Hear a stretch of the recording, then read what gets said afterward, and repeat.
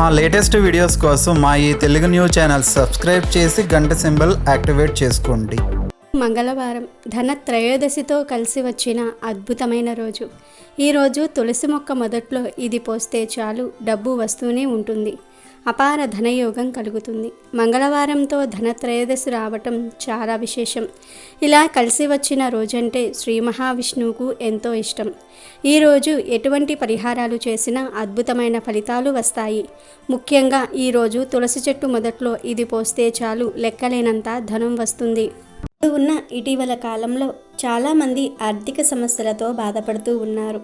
అలాంటి వారు సమస్యల నుండి బయటపడడానికి మంగళవారం తులసి కోట దగ్గర ఈ విధంగా చేయండి, తప్పకుండా సమస్యలన్నీ కూడా తీరిపోయి అదృష్టవంతులు అవుతారు అని పండితులు చెప్తూ ఉన్నారు. మరి మంగళవారం తులసి కోట దగ్గర ఏం చేస్తే మీ ఆర్థిక సమస్యలు తీరిపోతాయో ఇప్పుడు మనం ఈ వీడియోలో తెలుసుకుందాము. మంగళవారం రోజున మనం ఏ పరిహారం చేసినా పూర్తి విశ్వాసంతో చేయాలి. ఈ మంగళవారం రోజున ఏ పరిహారం చేసినా ఖచ్చితంగా తగిన ఫలితాలు కలుగుతాయి. మరి ఇప్పుడు మనం చెప్పుకోబోయే ఈ పరిహారం తులసి కోట దగ్గర చేస్తాం కాబట్టి ముందుగా తులసి కోటను శుభ్రంగా ఉంచుకోవాలి. మన పూర్వీకుల నుండి తులసి కోటకు ఎంతో ప్రాధాన్యత ఉంది. ప్రతి ఒక్కరి ఇంటి ముందు తప్పనిసరిగా తులసి కోట ఉంటుంది. తెల్లవారుజామునే నిద్రలేచిన వెంటనే తులసి కోటను చూడటం వలన ఆ రోజంతా ఉత్సాహంగా పనిచేసుకుంటారని పెద్దలు చెప్తూ ఉంటారు. తులసి మొక్కలు ఎవరి ఇంట్లో అయితే అధికంగా ఉంటాయో ఆ ఇంట్లో వారి ఆరోగ్యం ఎప్పుడూ బాగానే ఉంటుందని వైద్య నిపుణులు చెప్తూ ఉన్నారు. తులసి చెట్టు ఇంటి ఆవరణలో ఉండటం వలన ఇంట్లోకి వచ్చే విషవాయువులను పసిగట్టి మనకు స్వచ్ఛమైన గాలిని ఇస్తుంది. తులసి మొక్క వైద్యపరంగా చాలా ఉపయోగపడుతుంది. తులసి మొక్క ఆకులు, వేర్లు అన్నిటినీ ఆయుర్వేద చికిత్సలలో ఉపయోగిస్తూ ఉంటారు. మన ప్రాచీన కాలం నుంచి కూడా తులసి మొక్కను ఆరాధించటం వల్ల వైకుంఠ ప్రాప్తి కలుగుతుందని మన పెద్దలు విశ్వసిస్తూ ఉంటారు. మరి ఈ మంగళవారం రోజున తులసి కోట దగ్గర ఏం చేయాలి అంటే, ఈ రోజున తెల్లవారుజామునే నిద్రలేచి స్నానం చేసి దీపారాధన చేసుకోవాలి. ఒక్క విషయాన్ని గుర్తుపెట్టుకోండి, మనం ఏ పరిహారం చేయాలి అనుకున్నా ఆ రోజు సూర్యోదయానికి ముందే నిద్రలేచి ఆ పరిహారాన్ని చేసుకోవాలి. ఇలా సూర్యోదయానికి ముందే నిద్రలేచి స్నానం చేసి దీపారాధన చేసుకోవాలి. దీపారాధన చేసిన తరువాత హనుమంతుని ఫోటో దగ్గర గ్లాస్ పాలను ఉంచాలి. ఇలా ఉంచి మీ సమస్యను తీర్చమని హనుమంతుడిని ప్రార్థించి ఆ పాలను అక్కడ దేవుని ఫోటో ముందు ఉంచాలి. తరువాత తులసి కోటను శుభ్రపరచుకొని చక్కగా తులసి కోట చుట్టూ కూడా ముగ్గులు వేసుకొని పసుపు, కుంకుమ, పూలతో అలంకరించుకోవాలి. దేవుని ఫోటో దగ్గర పెట్టిన పాలను ఆ తులసి కోట చెట్టు మొదట్లో పోస్తూ మీ సమస్య తీరిపోవాలని కోరుకోండి. ఇలా పాలను తులసి చెట్టుకు పోసిన తర్వాత దీపం పట్టి ధూపం చూపించాలి. ఈ విధంగా హనుమంతుని పటం ముందు పెట్టిన పాలను తులసి మొక్క మొదట్లో పోయటం వల్ల తప్పకుండా ఆర్థిక సమస్యలు తీరిపోతాయి. ఇప్పుడు మనం చెప్పుకునే విధంగా చేసినప్పుడు ఆవు పాలనే ఉపయోగించాలి. అవి కూడా పచ్చి పాలనే ఉపయోగించాలి. మనం తులసి కోట వద్ద ఎంత నిష్టగా ఉండి ఈ పూజను ఆచరిస్తామో అంత మంచి ఫలితం మనకు కలుగుతుంది. తులసి చెట్టు పరిసరాలను చాలా పరిశుభ్రంగా ఉంచుకోవాలి. అలాగే తులసి చెట్టు ఆవరణలో చీపురుతో ఊడ్చకూడదు. తులసి చెట్టుకు అస్సలు చీపురు తగలకూడదు. తులసమ్మలో లక్ష్మీదేవి కొలువై ఉంటుంది కాబట్టి తులసి చెట్టును ఎంత పవిత్రంగా చూసుకుంటే లక్ష్మీదేవి అంతలాగా కరుణిస్తుంది. మీ ఇంటికి లక్ష్మీదేవి రావాలి అంటే ఈ మంగళవారం రోజున పాలతో తులసి చెట్టుకు అభిషేకం చేయండి. తప్పకుండా లక్ష్మీదేవి మీ ఇంట తిష్ట వేసుకుని కూర్చుంటుంది. తులసి కోట దగ్గర మనం చేసే ఏ పరిహారమైనా నియమ నిష్టలతో చేస్తే లక్ష్మీదేవి అనుగ్రహం ఖచ్చితంగా లభిస్తుంది. కాబట్టి ఈ మంగళవారం రోజున తప్పకుండా తులసి చెట్టుకు ఆవు పాలతో అభిషేకం చేయండి. ఆర్థిక ఇబ్బందుల నుండి బయటపడండి. తులసి చెట్టును శుభ్రంగా ఉంచి లక్ష్మీదేవి అనుగ్రహాన్ని పొందండి. మీ ఇంటిని, మీ కుటుంబాన్ని ఆర్థిక సమస్యల నుండి బయటపడేయండి. విశ్వాసంతో చేస్తే తప్పకుండా మీ ఇల్లు సిరి సంపదలతో, సుఖశాంతులతో నిండిపోతుంది. అదేవిధంగా మంగళవారం రోజున హనుమంతుడికి తమలపాకు మాలను సమర్పిస్తే గ్రహదోషాలన్నీ కూడా తొలగిపోతాయని వేద పండితులు చెప్తూ ఉన్నారు. కాబట్టి మీకు ఎటువంటి సమస్యలు ఉన్నా సరే మంగళవారం రోజున హనుమంతుణ్ణి ప్రార్థించటం ద్వారా, అదేవిధంగా ఇప్పుడు మనం చెప్పుకున్న తులసి కోట దగ్గర చేసే ఈ పరిహారం వలన మీ సమస్యలన్నీ కూడా తీరిపోతాయని పండితులు చెప్తూ ఉన్నారు. ధనత్రయోదశి లేదా ధన్తేరాస్ దీపావళికి 2 రోజుల ముందు వచ్చే ఈ పండుగకు ఎంతో విశిష్టత ఉంది. దేవదానవులు అమృతం కోసం క్షీరసాగర మదనం చేయు సమయంలో ఆ పాలసముద్రం నుంచి శ్రీ మహాలక్ష్మి జన్మించింది. అంతేకాదు సంపదలను ప్రసాదించే కల్పవృక్షము కామధేనువు, దేవవైద్యుడు ధన్వంతరి కూడా శ్రీ మహాలక్ష్మితో పాటే జన్మించారు. ఆ రోజే ఆశ్వయుజ కృష్ణ త్రయోదశి, దానికే ధనత్రయోదశి అనే పేరు వచ్చింది. శ్రీ మహాలక్ష్మి అనుగ్రహం లేకపోతే ఎంత చదువు చదివినా, ఎన్ని తెలివితేటలు ఉన్నా జీవితం శూన్యం.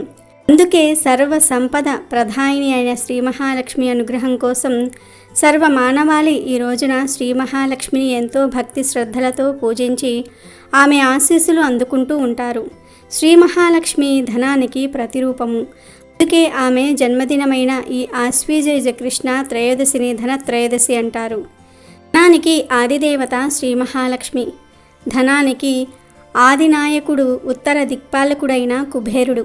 అందుకే ఈ ధనత్రయోదశి నాడు శ్రీ మహాలక్ష్మితో పాటు కుబేరుణ్ణి కూడా ఆరాధిస్తారు.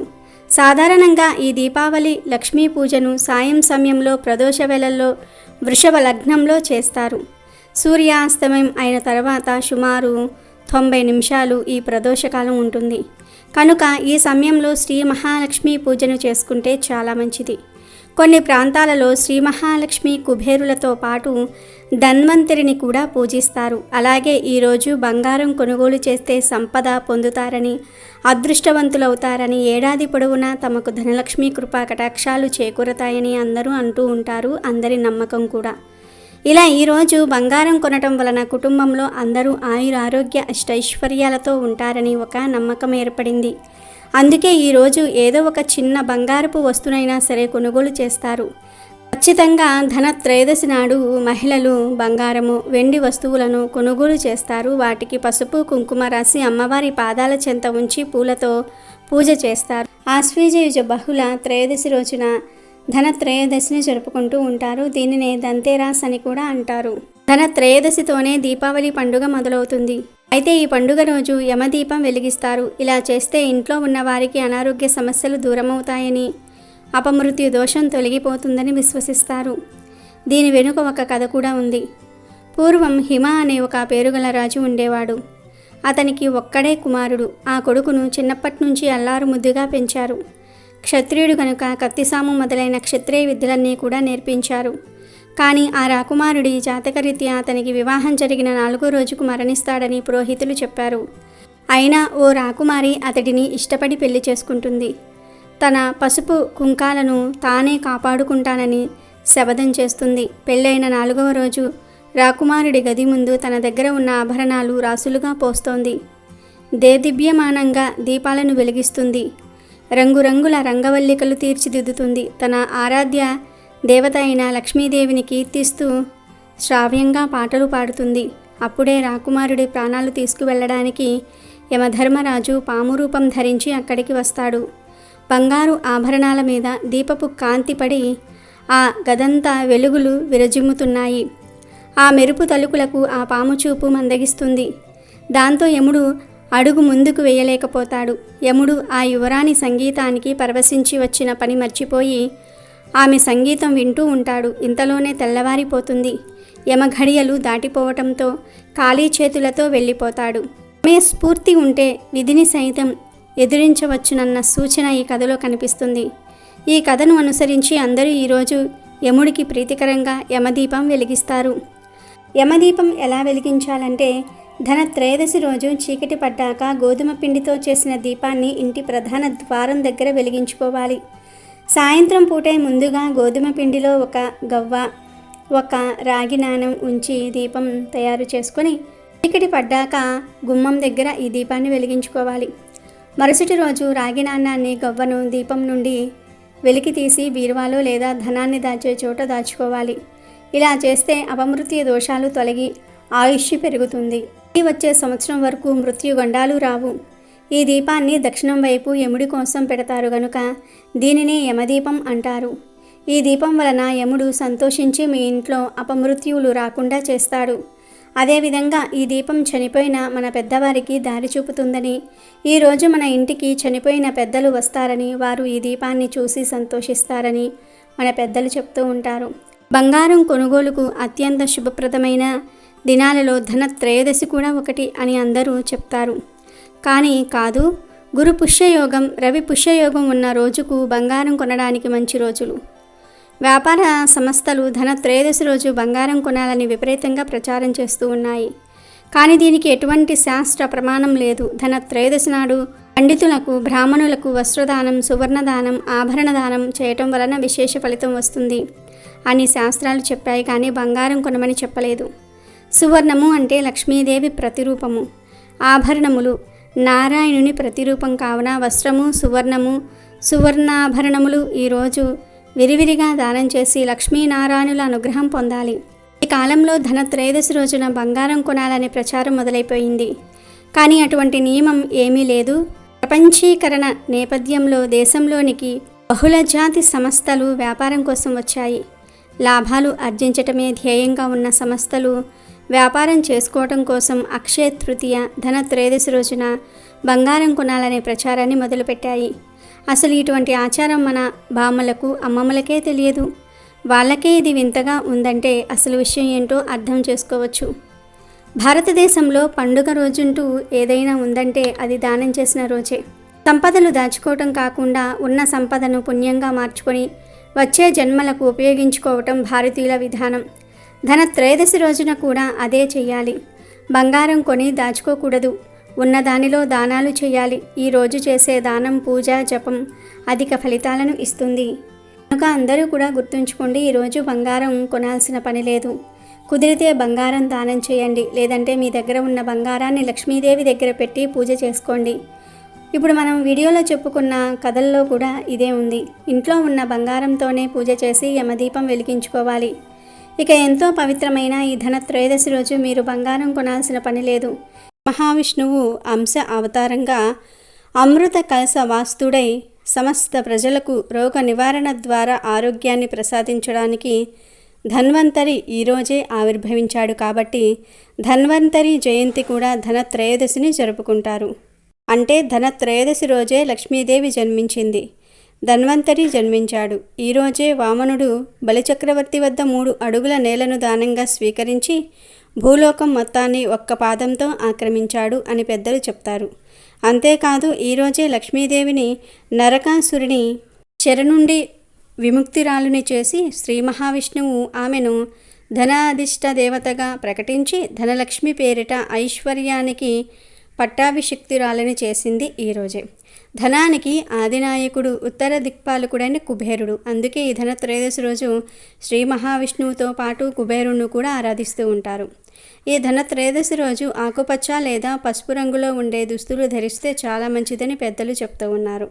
కనుక అందరూ ఈ రంగు దుస్తులు ధరించి అమ్మవారిని పూజించండి. ఒక పురాణ కథ ప్రకారం పాలకడలిలో శేషతల్పంపై పవలించే శ్రీ మహావిష్ణువు చెంత ఉండే శ్రీ మహాలక్ష్మి భూమిపైకి వచ్చిన రోజు ఈ ధనత్రయోదశిగా పురాణాలు చెప్తూ ఉన్నాయి.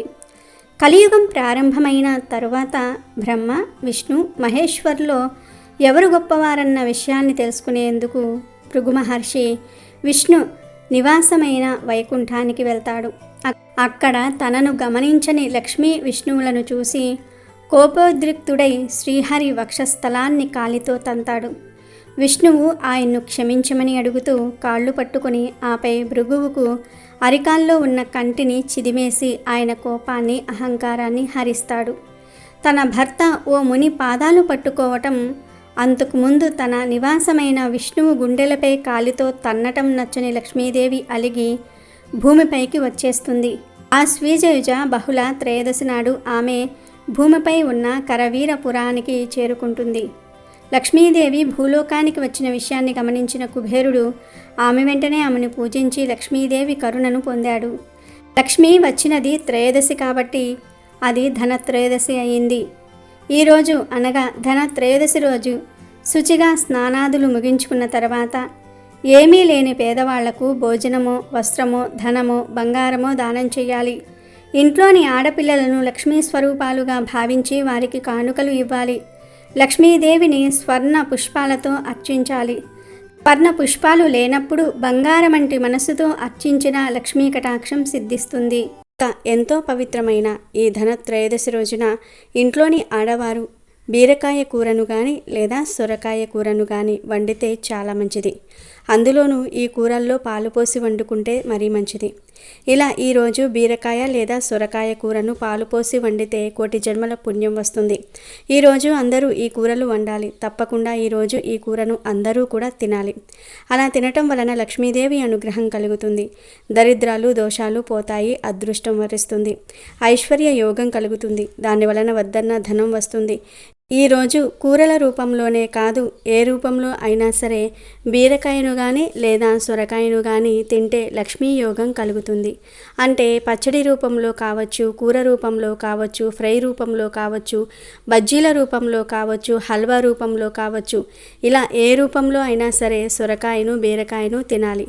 అలా తింటే ఒంట్లోని దరిద్రమంతా కూడా పోతుంది. సకల ఐశ్వర్యాలు సిద్ధిస్తాయి. కోటి జన్మల పుణ్యం వస్తుంది. కాబట్టి ధనత్రయోదశి రోజున బీరకాయ మరియు సొరకాయ కూరలను తిని మీరు కూడా శుభ ఫలితాలను పొందండి. ఇక ఈ ధనత్రయోదశి రోజు పొరపాటున కూడా నాన్ వెజ్ తినకూడదు. అంటే చికెన్, మటన్, పీతలు, చేపలు, రొయ్యలు, నత్తలు, గుడ్లు ఇలాంటి మాంసాహారం తినకూడదు. సాధారణంగా మంగళవారం అనేది రజోగుణం కలిగిన ఆహార పదార్థాలు తినడానికి మంచి రోజు. అంటే మాంసము, వెల్లుల్లి, ఉల్లి వంటి రజోగుణం కలిగిన పదార్థాలు తినడానికి మంచి రోజు. మాంసం తినాలనుకునేవారు మంగళవారం మాంసం తినాలని శాస్త్రాల్లో ఉంది. కానీ ఈ మంగళవారం రోజు ధనత్రయోదశి కలిసి వచ్చింది కనుక ఈరోజు ఎట్టి పరిస్థితుల్లోనూ కూడా నాన్ వెజ్ తినకూడదు. కాదని తింటే లేనిపోని కష్టాలు వస్తాయి. అనారోగ్యాల బారిన పడతారు. ఈరోజు నూడిల్స్ రూపంలో కావచ్చు, బిర్యానీల రూపంలో కావచ్చు, మంచూరియా రూపంలో కావచ్చు, పకోడీలు, బజ్జీల రూపంలో కావచ్చు, ఏ రూపంలో కూడా నాన్ వెజ్ టచ్ చేయకూడదు. కాదని తింటే లక్ష్మీదేవి ఆగ్రహానికి గురి అవుతారు.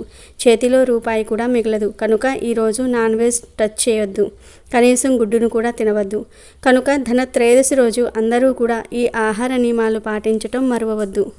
ధన్తేరస్ రోజున లోహపు వస్తువులను కొనరాదు. అంటే ఇనుముతో తయారు చేసిన వస్తువులు ఎట్టి పరిస్థితుల్లోనూ కూడా ఈరోజు కొని ఇంట్లోకి తీసుకురావద్దు. అలా చేస్తే దరిద్రం వచ్చి చేరుతుంది. రాహువు లేదా శని ప్రభావం పడుతుంది. ఫలితంగా ఇంట్లో ఏదో ఒక చికాకులు, గొడవలు కలిగే ప్రమాదం ఉంది. అలాగే ధనత్రయోదశి రోజున గాజుతో తయారైన వస్తువులను ఇంట్లోకి తీసుకురాకూడదు. కనుక గాజు వస్తువులను ఈరోజు ఎట్టి పరిస్థితుల్లో కొనుగోలు చేయవద్దు. ధనత్రయోదశి రోజున మీ ఇంట్లో అవసరాలకు స్టీల్ వంటి పాత్రలను కొనుగోలు చేయరాదు. స్టీల్తో తయారైన వస్తువులను ఈరోజు కొనుగోలు చేస్తే మంచిది కాదని గుర్తుంచుకోవాలి. కాదని కొన్నవారి మీద రాహువు చెడు దృష్టి పడే అవకాశం ఉంటుంది. ఏడాది పొడవునా రాహువు చెడు దృష్టి చేత కష్టాలను అనుభవిస్తారు. ఇనుప వస్తువులైన కత్తులు, కత్తెర లాంటి వస్తువులను కూడా ఈరోజు కొనుగోలు చేయకూడదు. ధనత్రయోదశి రోజున ఈ వస్తువుల్లో ఏ ఒక్కటి కొని ఇంటికి తెచ్చుకున్నా కష్టాల పాలవుతారు. వీడియో నచ్చితే లైక్ చేయండి, షేర్ చేయండి, బట్ సబ్స్క్రైబ్ చేసుకోవడం మర్చిపోవద్దు.